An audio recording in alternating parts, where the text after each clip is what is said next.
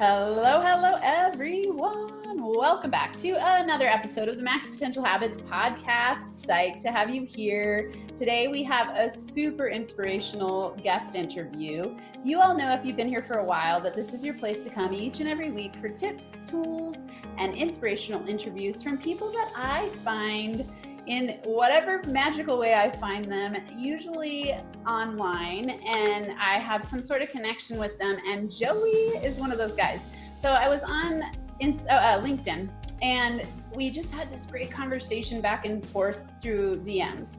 So, I love LinkedIn for its ability to just randomly connect you with people. And because I'm into the law of attraction, I always trust that I'm being brought the right people. We started this conversation and then we had a Zoom, and I just was like, you have to come on the podcast and share your story with my tribe, because it's so awesome. Really, what stands out to me, Joey, I haven't said this to you yet, but it's like the heart of gold that you have of really caring about helping people through your challenges and bringing to the table, this vulnerability piece and sharing the things that you've been through and your willingness to overcome and just, be a light in the world. So that was what made me want to have you come on and talk to people. So thank you for being here today. Yeah, thank you for the opportunity. It's you never know who you're going to connect with. I certainly wasn't looking for an opportunity for a podcast when I was on LinkedIn. Yeah. And as far as helping people goes, I'll talk a lot about some of my challenges and failures over the years, which shaped me and made me the type of man I am today and the coach that I am. But it's in order for me to keep it, I got to be giving it away. So like service is really important to me, and it's not my go-to. My default thinking is, what can I get? What can I do for me? What can I receive? And so like I always have to be looking for opportunities where I could be of service to others, where I can help somebody. And that's why this is a perfect profession. I get to do what I love. I'm able to add some value to people's lives and make a good living doing it, and have some freedom. Yeah, nice. I love that. So for all of you listening or watching, I didn't properly introduce you, so they don't know your background, but this is Joseph Pollaro, and he's the founder of Efficacy Life Coaching. He focuses on decision making, establishing and building habits, generating and managing energy, and plugging into your higher forces, strength through failure, get lost to get found. Ooh, I love that. That's juicy. And thinking about not busy being born, but is busy dying. Ooh, let's talk more about that. We're going to talk about so many cool things. Oh, that's something else. Yeah. That's tattooed over here. It's a long story. Maybe we'll get to it. Okay. Yeah. Oh, I haven't seen that yet. That's amazing. Okay. Let's start with, there's so many cool things we could talk about, because, you and I've already had some really deep, good conversations about the experiences you've had that got you where you are today. I like to start lately with, what is your favorite quote, or a favorite quote that has guided your life in a direction that you wanted it to go? I don't know if it's a guide, but I would say that when you mention that, the first thing that comes to mind is all change is scary at first, messy in the middle, and gorgeous at the end. It's a quote by Robin Sharma. And as somebody who's gone through a lot of change and is currently going through a change and a career transformation, going from, I built custom furniture my whole entire life. And it was a craft that I got a lot of fulfillment out of, and creativity out of, and or even a whole lot of joy out of, even through the darkest times. And with a few years ago, I felt like the romance was over. It felt like it was just a means to an end, and started to become a soul-sucking job. I felt uninspired, and I had gone through all this personal transformation, and I went to speak to a mentor of mine to tell him how I was feeling, and that, I'm looking for something else to do. And, what he said to me was, he said, look at everything that you've overcome. Look at the transformations that you've made in your life. Like, you're doing yourself and the world a disservice if you don't share that. And I hadn't even thought about becoming a life coach. I mean, I was definitely immersed in personal growth and improving myself, mostly out of necessity. Then it became, a habit and just a way of life for me. But like that kind of, there was a spark at that point. And at that point, I had already, I've been plugged into the world and listening to a lot of podcasts and reading a lot of books, and seeing that people were doing this, and people were not only doing it, they were like massively successful at it, and while impacting people's lives all over the world. And I just said, okay. So I started off with like a basic certification course, and I continued to work building custom furniture and just kind of chipping away at it over the last couple of years. Little by little, I got some clients via, word of mouth, and then some recommendations from them. And it was never anything that I could, make the big switch, move from my full-time gig building custom furniture to, being a coach. And, this, what's happening in our world now happened. And for me, it's been a blessing because, I've been able over the past 4 months to really, buckle down and lay a solid foundation and start marketing myself, creating relationships like our relationship and many others I've created over the last 4 months, and growing my business. And so I really feel like I'm at the threshold of it taking off. And it's one of those silver linings of, what's happening in our world with the pandemic. There's many for me. There's many silver linings. I'm always looking for what's the lesson, what's the blessing, what's the meaning. And anything that typically looks like a shit sandwich or feels like it's happening to me, or it's adversarial in nature, if I'm paying attention to it, there's a lesson in there for it. Yeah. I mean, I think that that's one of the most beautiful gifts of shifting from victim mindset to radical responsibility, where you go, okay, all of these things that are being brought to me are being brought to me for a reason. And what can I learn from it? How can I grow? And it's about perspective. So I'm curious for you, because I'm sure you didn't always think that way in your previous life, previous versions of yourself. No. Yeah, share. When we connected, your story really impacted me. So I'm curious if you would be willing to share with listeners some of your backstory. Yeah, absolutely. The most influential part of my story is my struggle with alcoholism and drugs. I started drinking and using drugs at a really, really young age, 10, 11. And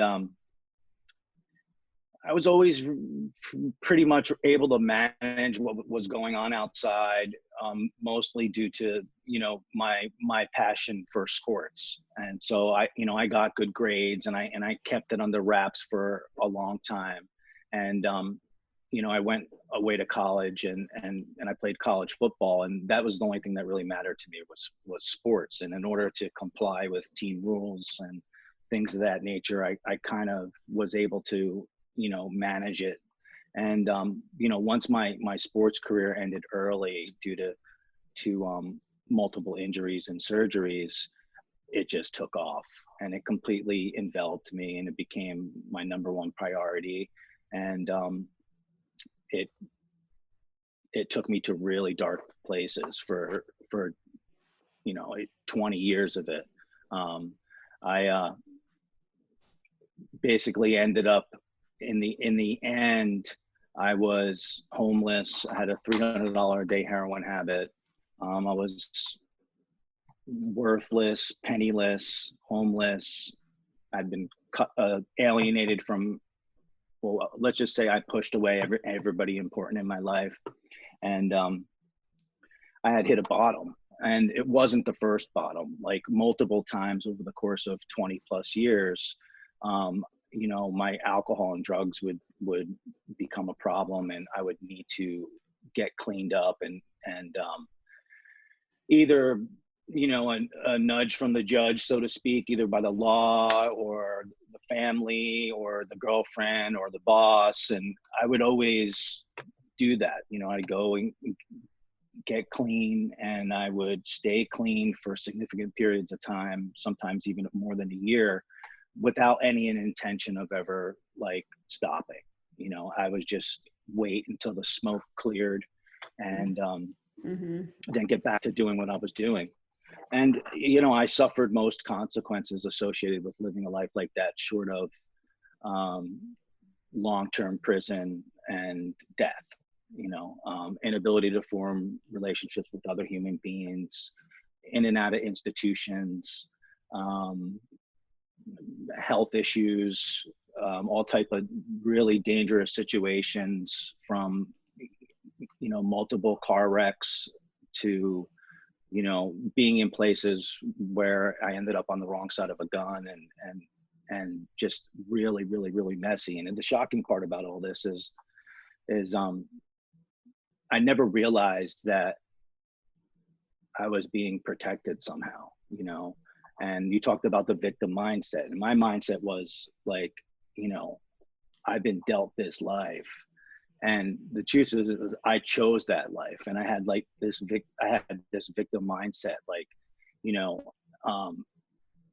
if this didn't happen, then I wouldn't, I had a bunch of, stuff that went down, like childhood trauma and a lot of violence, a lot of death. I'm surrounded by a lot of death. And I really didn't understand that it had impacted me until I was well into recovery.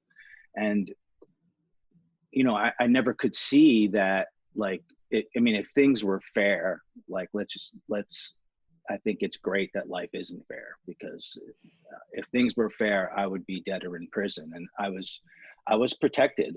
And the reason why I was protected is because in order to spread the message of hope, and to, take all of my failures and my defects of character and my struggles and my challenges overcome, and that they become my greatest strengths. That's where the strength from failure comes from. It's like all the things that I felt were my biggest, worst defects of character that I wanted to hide from everybody else, turns out to be my greatest strength, because I've walked the path that somebody's going to walk on. And so I'm able to, it puts me in a unique position to help them traverse the same territory.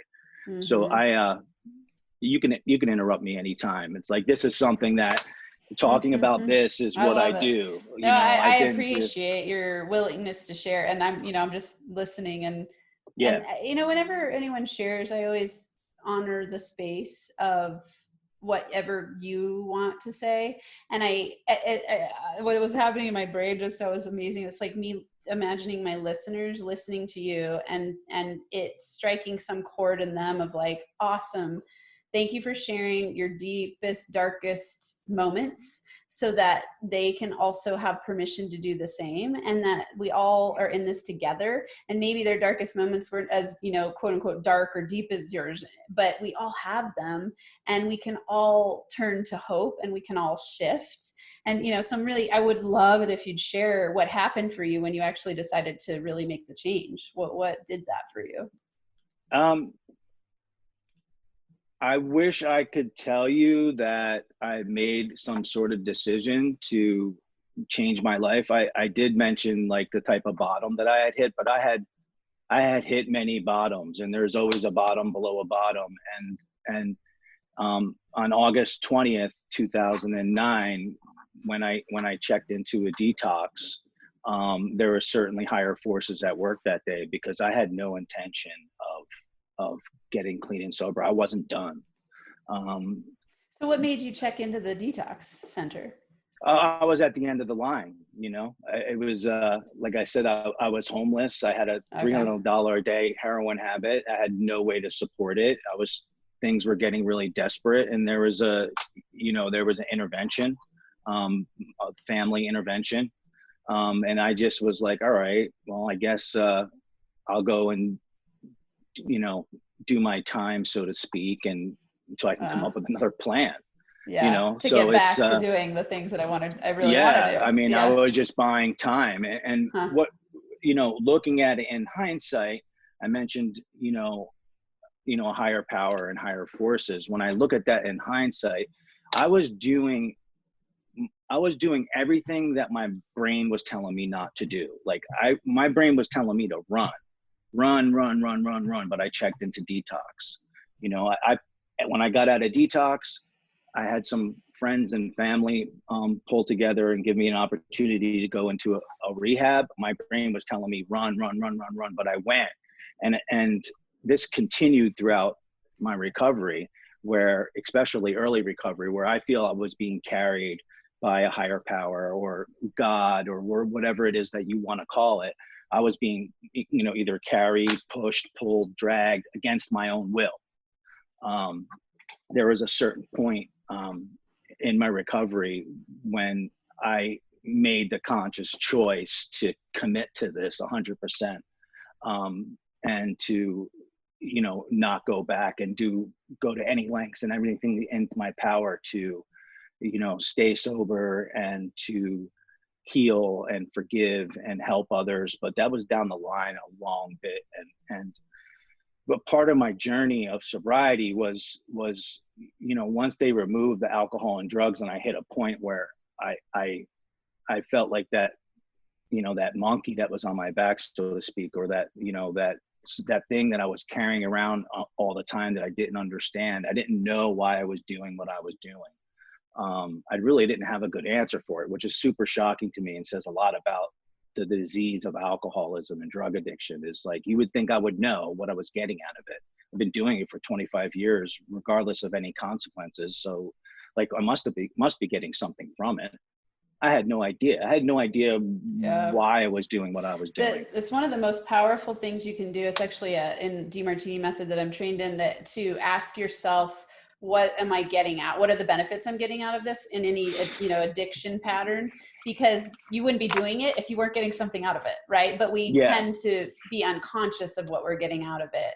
And everyone's telling us there's more drawbacks than benefits. So your brain can't make sense of it. It's like, but I want it so badly. It doesn't make sense, but it's all those unconscious benefits that you're getting out of it. It could be hiding. It could be, not, I mean, we could go on and on, I'm sure, but it's hard to detect when you're stuck in the middle of it. Yeah. There's always a payoff, and it's always clear in hindsight. Yeah, totally. Yeah. And so, I got a lot when they removed the alcohol and drugs. I got a lot sicker before I got any better. I went into deep state of depression, something that I hadn't come up against in my lifetime. I was 35 years old. I was never depressed, as far as I know. I think I was treating it with alcohol and drugs. Yeah. And I had, my days were basically, I would get to a meeting and I would meet with a sponsor, and I would sleep 20 hours a day, and I would obsess about using drugs and about suicide. And I was committed and taking direction from people who would walk the path that I was trying to walk, but I ended up getting a lot sicker, and I turned to food. And from when I got sober on August 20th, 2009, till March 1st, 2015, I went from 230 pounds to 415 pounds. And I was killing myself with food, just like I was killing myself with alcohol and drugs. And then you mentioned, like, what's the payoff? The whole depression thing. Like, I don't feel like I was ever depressed. I feel like I was doing depression for a really long time. I know mental illness and depression are a very real thing. But, in hindsight, once I've come out the other side, once I made the decision to commit to taking my life back and regaining my health, and weaned off the antidepressant drugs, I haven't had not 1 ounce of depression since March 1st, 2015. So obviously I wasn't really depressed, but I was getting a payoff from doing depression. I was diagnosed as being depressed. And I took that diagnosis and I ran with it, and I made it my identity. And what the payoff was is I was able to manipulate people. I was able to not, take on my fears head on and jump into the stream of life. I got attention from other people. And so, The bottom that I hit, on March 1st, 2015, I was 6 years sober, and I was 415 pounds. And, I was in a lot of pain, like, in my opinion, way worse pain than I was, when I started my journey of recovery, mentally, emotionally, physically, and spiritually. And I just had you mentioned the tattoo, he who isn't busy born is busy dying. I had the day before that, I had a very timely visit from my deceased grandfather, who in a dream, and in the dream, he was screaming that to me. He who isn't busy born is busy dying. He who isn't busy being born is busy dying. Screaming at me, frantically screaming at me in my dream. And this is a man who never even raised his voice when he was alive. And it made a huge impact on me. And it wasn't the first time I've heard that line. It's actually a line in a Bob Dylan song. But at that point, I realized that I was never scared to die, that I was scared to live. And I committed to begin to start living. And that started with taking control of my health. Yeah. Wow. That's big.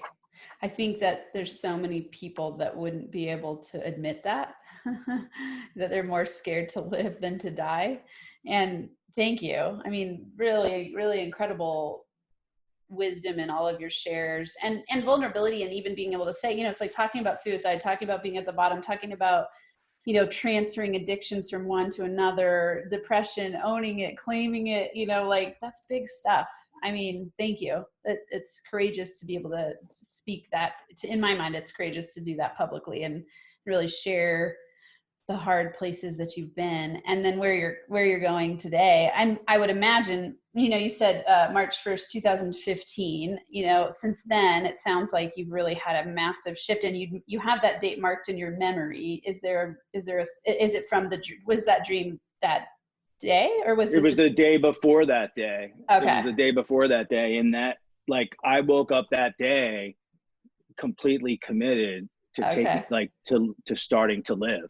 Wow. And fortunately, my recovery habits in regards to alcohol and drugs were automated. I'm a daily meeting maker, and I'm heavily involved in 12-step program, and being of service to others, in that arena.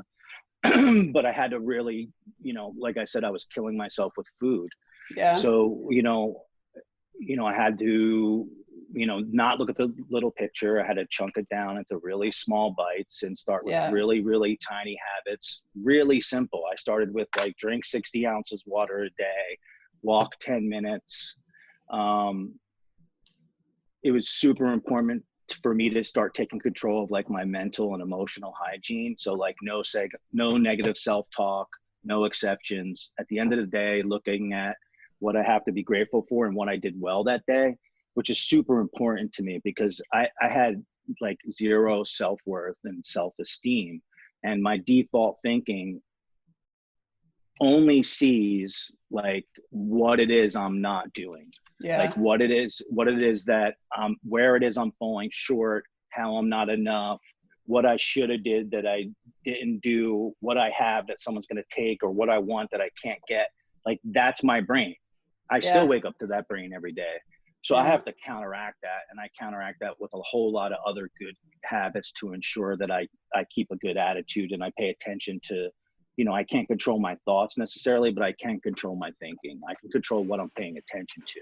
Yes. You know what I mean? And how I speak to myself. Yes. How I speak to myself is the most important thing. Will you share with listeners, because I hear this all the time, and with the people I work with and myself too, I had to do the same thing, train my brain in a new direction. And it was that training, right? It's a habit to start thinking different thoughts. It doesn't mean that those thoughts don't arise. It just means that you train your brain in a different direction, and they happen more quickly. And the negative thoughts for me come less frequently. And then I can switch more quickly than before it would just run the show every day. It was like all of that negative self-talk would just be there all the time. So will you share with listeners, what did that look like for you practically? How did you do that? Like I said, I made a conscious effort to be really careful how I spoke to myself. Okay, That was so the biggest like thing. you would notice I'm having a negative thought, and then you would tell yourself stop having the negative thought, and then would you replace it with a positive thought? Yeah, I started to do that, but that's kind of that's a battle that can't be won. There's, I do a little research around, like, the brain and thinking, and our brain, 80% of our thoughts are negative thoughts. And it's called negativity bias, and it's there for a reason, and it's evolutionary biology, and it's there to protect us. And 90% of our thoughts are repetitive. So, like, to play the tit for tat, to replace one negative thought with one positive thought is a losing battle. You'll never win it. I found for me, I had to plug into higher forces. And my most important spiritual tool, to, like, are what I mentioned already: gratitude. Like, every single day, in the morning and in the night, I list things that I'm grateful for, and I try to really stretch each time, and I try to make them typically insignificant things that I take for granted.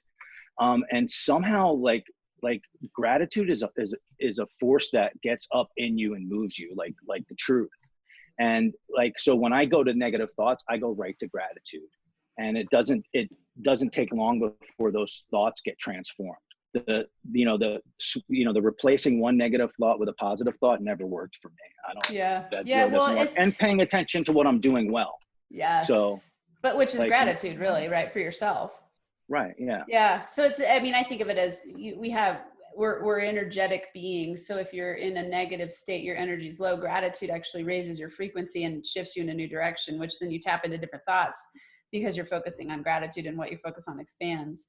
So it's like, to me, it's wild how some of the simplest tools that we practice the least are the most powerful and quickly transformative. So it's like going to that space of gratitude for yourself, and even acknowledging what you did great today or in the last week versus what you did wrong. And you said, with the negativity bias, your brain wants to go to all the things you're not doing well, or all the things you haven't done yet, or all the things that were bad that happened to you. And instead of noticing, and it's just noticing, right? It's like noticing, what can I be grateful for right now? Oh, my eyes are blinking. Oh, it's like I can breathe. Oh, I'm sitting here having a conversation. Oh, the sun's shining down on me. Like, sometimes it's that simple. When people are really stuck, I tell them, sit and get present in your chair and notice that you're grateful that you're being supported by the chair. Like, sometimes we have to break it down that small and that basic, and then you can up level as you go. So, I mean, that's incredible. It's incredible. Thank you. Yeah. Any of the, like, recovery tools, the habits, rituals, and routines and strategies that I implement in my own life and teach to my clients, the simplest ones are always the most powerful. Totally. Yeah. The most Yeah. powerful things in this world enter through the smallest things. Yeah. And I get shown that over and over and over again. And the more complex I try to make it, or the more complex the strategy, I always try to break it down really, really, really, really simple. And I Yeah. always experiment on myself first. And it's always true. It's always the small things, just like you said. Yeah. Yeah. I mean, you're talking about when we think about habit formation, you said something a ways back about identity, and how you really shifted your identity from being who you were to to like the person who didn't really want to be alive to the person who wanted to be alive. And that identity shift is a huge part of habit transformation, and then making the habit shifts simple and easy. I think Yeah. most of the time people go like, oh, I really hate my life and I don't like the results I'm getting, so I'm going to go from here to here. And you can't do that. It doesn't work that way. Like, it took you 40, 50, 60, however many years to get where you are. It doesn't happen overnight to just all of a sudden shift your whole life. I think your thoughts, you can have a really instantaneous shift in your thoughts and your identity, like you did when you woke up and you were like, I want to live. I want to be someone who lives. But then it's like all of the things that happen after that take those small daily changes that then over time become automatic. Yeah. I mean, it's, I do a lot of studying on habits, and they're, they're they're all have their little twist to them, but it's all basically the same. Like first, the habit needs to be established. So like, that's where the identity comes in. So it's like, if you want to be a runner, you need to say, I'm a runner. I'm a runner. And then it's like really breaking it down into the tiniest and possible to fail steps. Like, so if we're talking about running, I'm not a runner, but it just is what came up to me. If we're talking about running, it's like, okay, well, I'm going to put my running shoes on, and that's a win. Acknowledge that as a win. Or like, I'm going to get outside the door and walk to the end of the driveway. Win. And all those little tiny wins compounded over time add up to a whole lot. And so in all habit building, it's basically the same. It's establish the habit, get some type of consistency going so you can get some momentum and then build on it. Yeah. Yeah. And you said the really important part too, is that beginning, change your identity. I am a runner. I love James Clear, and I'm sure you've read it. Have you read Atomic Habits before? Yeah, I've read it. Okay. Yeah. He talks about, the difference between saying like, I'm trying to quit smoking versus I'm not a smoker. Like you hear the difference in that statement. So, anyone listening, when you're trying to shift your habits, you want to adopt the identity of what you want to turn into, instead of saying you're trying or you're working on it. It's like going, okay, I am a person who I'm a worker outer. I'm a morning routine person who loves to work out in the morning. Like reinforcing that. I don't know what the words would be exactly, but something along those lines. Right. And then you live into that identity, and that shift is actually what creates longer lasting habit formation. It's super powerful. It's mind blowing. Yeah. Yeah. I mean, it's why I have this podcast called Max Potential Habits, because the more I started to break down what makes people change, and I really love helping, like as you do, getting people from A to Z, you go, what's behind it all? It's what you do on a daily basis. Your thoughts are a habit. What you do every day is a habit. The way you focus on your vision is a habit. Like habits are so powerful, and they're changeable. Even your brain, like, I think it's interesting when you were talking about the negativity bias, because similarly, you and I do both like to do brain research. It's like, I think with the new research that's out that talks a lot about that's in the last 15 years, really, there's been so much research on neuroplasticity and how we actually can rewire our brain. And I think that over time, we're going to learn that we can down regulate the negativity bias, because we don't live in a society anymore. We're at constant threat.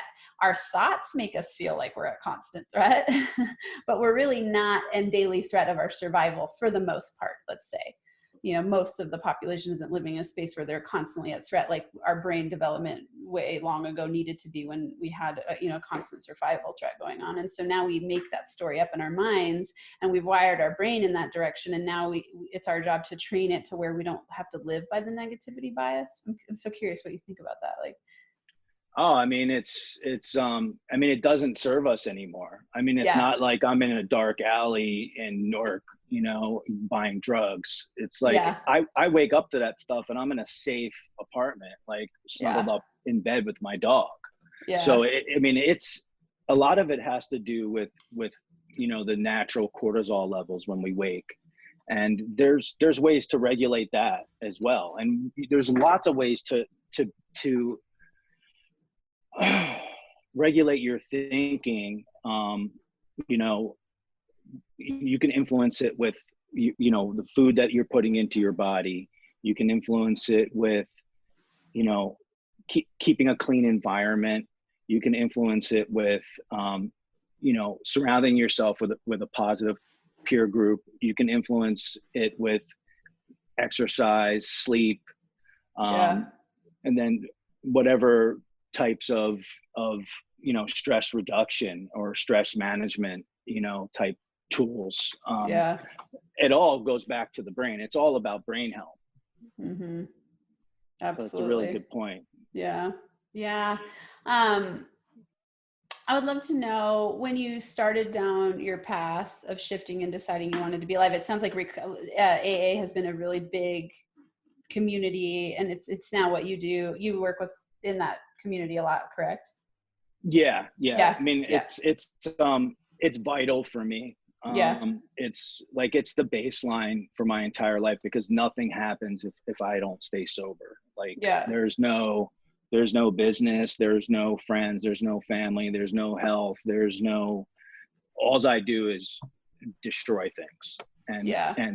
and everything around me gets exploded also. So it's the foundation of my life, and it's the most important thing. And it's certainly, provided me a way to stay sober.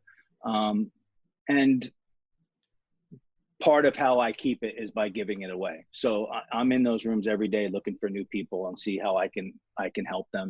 And which is one of the driving forces of why I wanted to become a coach, is because when you see somebody who's completely hopeless, and, or just, you don't need, like, to go get a coach, you don't need to be, in the gutter somewhere or have your health to the point where I had it. You could just simply, want to make a change. Yeah. Unfortunately, most of the times for me, I got to get into a lot of pain before I make changes. I'm getting a little better at, like, identifying, like, Yeah. what changes I want to make, and starting to, take some steps towards that and commit to it little by little by little. But most of the time, pain is the driving force for me. Yeah. I think it is for a lot of people. Yeah. Yeah. It's fear, right? Fear-based change, pain-based change, instead of, it's really reactive change versus proactive change, where we can actually go, oh, I want to optimize myself in this area, even though I'm not in a lot of pain. I think it's hard change to make when you're already having, comfort zone life, let's say. It's hard to change because you're comfortable and you're not in pain. So in some ways, I think that there's a lot of power in that place of pain and discomfort and fear and doubt, because you're more motivated and inspired to go in a new direction because you're so tired of being in the pain. So it is a huge initiator for most people. Yeah, that's big. Will you share some of the strategies you use to help people shift? Like, first, who's your favorite person to work with? Like, who do you love to help? Most important, like, I work with anybody. I do specialize in working with people in recovery who are looking to, take control of their health. Okay. And create the type of person that they want to be. It's, for me, I didn't know I had a choice. Like, I didn't know, like, you hear a lot about why, right? So what's your reason to do it? Like, I kind of look at it like, who do you want to be? Like, I can choose the type of man that I want to be, and then go get it.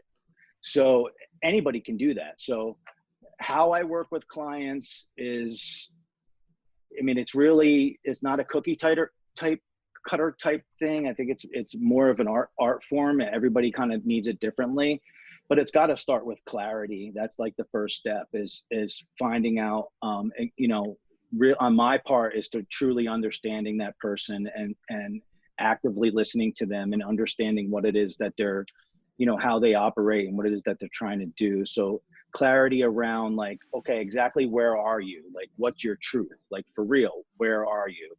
And then, where is it that you want to go?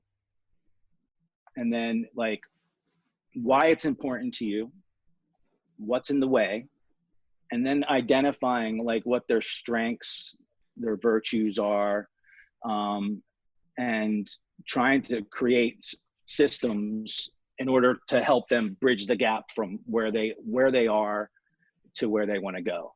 It's super important to, like, help them set up their environment to support them, like, whatever type of family situation they're in, living situation that they're in. And then commitment's the most important thing. And, which is really, I like the definition of commitment as a, an endless series of very small, painful actions. It's painful because it's typically not something that you want to do, and it's uncomfortable. It's not actually causing physical pain. It's pain because it's outside of your comfort zone. And so, you mentioned it, and I find it to be true, is really no opportunity for anything, growth, new clients, relationships exist in the same space with me being comfortable. So that's where the commitment piece comes in.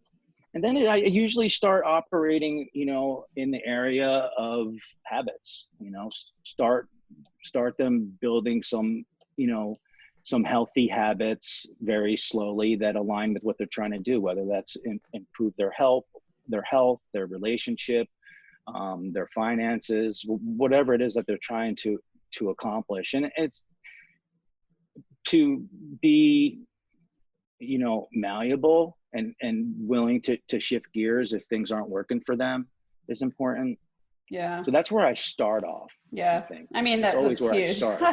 That's the right there. That's really everything, right? That coaching is. We go like, okay, let's help you get clarity about where you are, where you want to go. And then how do you pivot in those directions and get aligned with why you want to do that and move forward. So I love how many different types of coaches there are and how the foundation of coaching is all the same. It's really helping optimize people to get them where they want to go. And where everyone wants to go is so different, which is what makes us all so unique and amazing. It's like, for some people it's building a $5 million business. For some people it's, I just want to like feel really good in my body every day. And, it's like, there's such a wide variety of people that come to coaching. And I think maybe the common force behind it is something you were saying at the beginning was like, it's people actually, it's the commitment piece and them being ready to change. Because, if they're down in the dumps and blaming everyone else, they're definitely not going to hire a coach, because a coach isn't a miracle worker. A coach has tools, but you've got to be ready to shift and do the work. So yeah, such powerful. I think obviously I love what I do. So it's like, it's the most life altering, joyful job I could possibly create for myself, which is getting paid to do what I love every day and help people love their lives. And, I know that was something that really struck me when I read your bio and LinkedIn, was like, I could just feel how much you care about what you do with people and that you really, really want to change lives. So it's amazing. Will you share your top 3 max potential habits that you believe got you where you are today? I think we covered most of them. I would definitely say like a morning routine is one of the most important things for me. I find that the mornings are basically the only part of the day that I have complete control over. And so, establishing and building a consistent morning routine is one of the most important things that I did for myself. And it keeps growing. And it started really small for me. It started with like, okay, get up when I say I'm going to get up and make my bed, and now it's grown into like this 2-hour thing. And I'm also able to do it in 20 minutes if I need to, but I try to touch on all aspects of what functional health is. I try to tackle something physical, something mental, something emotional, and something spiritual. So the morning routine is huge. Nice. And then the gratitude in the wins, small, seemingly insignificant. I don't know anybody who does it who won't tell you something. It changes everything. It shifts your perspective. That's what spirituality is. It's shifting perspective. So that's the next big thing. And then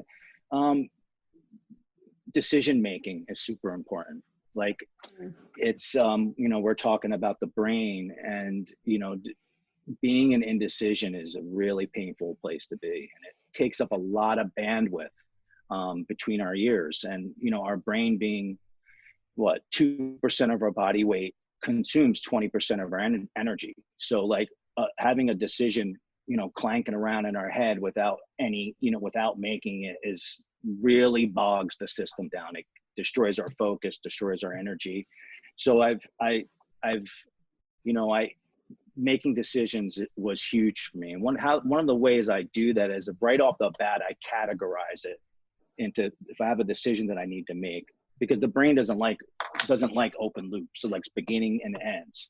So I file it into like, okay, something that I just need to like put up with and I'm not going to bother, or something that I can't do anything about. Like I can't influence with like my thinking, my words, my actions, and my attitude, and something I can do about right now.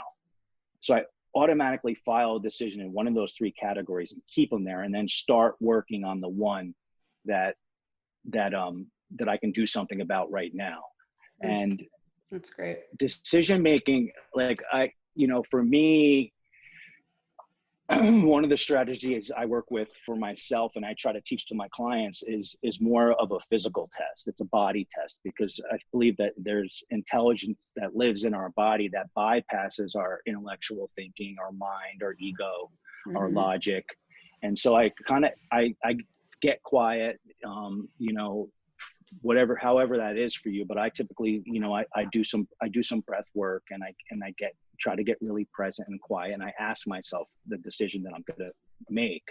And usually almost immediately there's a physical reaction. There's either, a constriction that happens. I'll get like a feeling in my stomach, or I'll notice that I'll be like nodding my head no, or I'll be pulling back.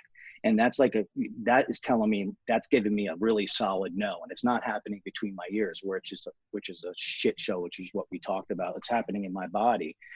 And if I ask the question and I feel expansive, and I feel like my breath is regulated and breathing well, and I feel bright and light, that's giving me a yes. And I've learned to trust that. And it takes practice, but I think, removing it from between our ears and bringing it into our heart is a really good way to make decisions for me. That's great. I was going to ask you, what's a practical way to make decisions? So it was awesome. Thank you for sharing that tip. I think you're so right. It's one of those places where people get super stuck, and it does take up so much energy. You just go, I've seen people be stuck, including myself, in my history, in indecision sometimes for weeks. You can stay stuck in indecision for weeks or years, and it's so draining and exhausting. And I'm curious what you think about this. Like, why do you think we get so stuck in indecision? Like, what is it about making a decision that scares us? Or is that it right there? It's that making a decision scares us. Why is that the case? I mean, it's fear, and it's the fantasy that there, like, certainty exists. I don't like really, you hear a lot, especially now that there's so much uncertainty in the world. There is always uncertainty. Like, nothing is promised us. Like, I can walk outside here and get hit by a bus. Like, just because I have my life arranged and the players around it arranged in a way that's satisfactory to me, it certainly doesn't mean that it's certain. So, like, the need to be certain is one of the driving forces of not being able to make a decision. So basically fear. Yeah. Fear, and then surrendering to the lack of certainty. Like, that's big. That's a good one. Awesome. So you'd like to stay in action and stay out of results and consequences. That's up to higher forces, Yeah. So good. Okay. Share your one favorite book, and then we're going to wrap up. What's a great book that's impacted your life? Without a doubt, The Tools by Barry Michaels and Dr. Phil Stutz, and their second book, Coming Alive. It's they teach really very simple, quick tools to overcome basically any type of negative emotion or thought. And it's something that you could do in 10 minutes. And if you take those tools and you actually implement in your life, it's remarkable that what happens. Like, by far, The Tools and their second book, Coming Alive, I would recommend to anybody. Amazing. I haven't heard of them before, so I love it when people recommend new books to me, because it's rare. Yeah. I'll send them to you. That's amazing. I just keep them and I hand them out. Yeah. Like, most people won't, like, it's one of those things. It's not like you read it, you get an idea, you buy into that idea, or you get it's something that needs to be practiced. They're daily habits, basically, for any possible situation. And like, that's the book that I would definitely recommend. That's incredible. Thank you. Yeah, love it. Okay. So I know people are going to want to connect with you. Share with listeners where they can find you. They could find me on LinkedIn. Just look under my name, Joseph Pollaro. They can also find me on my website. That's efficacycoach.com. That's EFFICACY coach.com. And that's the best way to find me. Okay. I'm looking to branch out in my social media areas, but right now LinkedIn's all there is. And so either that or an email, joseph@efficacycoach.com. Wonderful. Amazing. Okay. And for everyone listening, of course, you all know that'll be in the show notes. And we would love to hear from you in comments, in sharing on social media. If you're on LinkedIn, both Joey and I are on LinkedIn. That's where we met. So, snap something and DM us and let us know how it impacted you. We love being here to help serve you, help you learn. Even if you walked away with one nugget, more hope, something that inspired you, that's our aim. And, that's my aim in creating this podcast. And that's why I bring on people like Joey who have inspirational stories, who have come really far in their lives and are helping other people do the same. My peoples. Yeah, my peeps. My peeps. Thank you so much for being here, Joey. It was amazing. Thanks for having me. I had a great time. Yeah, awesome. All right, everyone. Thank you again for another week of being here at the Max Potential Habits podcast. Love, love, love, love having you here. I so highly value that I get to do this work in the world and that you're out there listening. So thank you for being there for me, with me, by me. I want to hear more from you and what you want. And that's a wrap for today. I hope you all have a max potential week where you thrive and feel alive and really tap into the desire to be alive and shape your life the way you want it to be. Thanks so much for listening to this episode of the Max Potential Habits podcast. If you're liking what you've heard, it would be so incredibly awesome if you would subscribe to the channel and leave a 5-star rating and a written review. This helps me help more people while we grow our NFA community so we can rock it out together. For Max Potential Habits resources, go to nfacoaching.com where you can access all of my resources. There's free ebooks, PDF checklists, a journal template, a business mindset meditation kit, and so much more. Plus, links to NFA coaching on Instagram, YouTube, LinkedIn, and Facebook. And if you're super serious about up-leveling, there's also a link to schedule a free consult to work with me in group or one-on-one coaching. Until next time, I hope you have a Max Potential Habits Day where you get inspired to do whatever it takes to transform into the most empowered version of yourself so you can lead a rich, thriving, kick-ass life and business.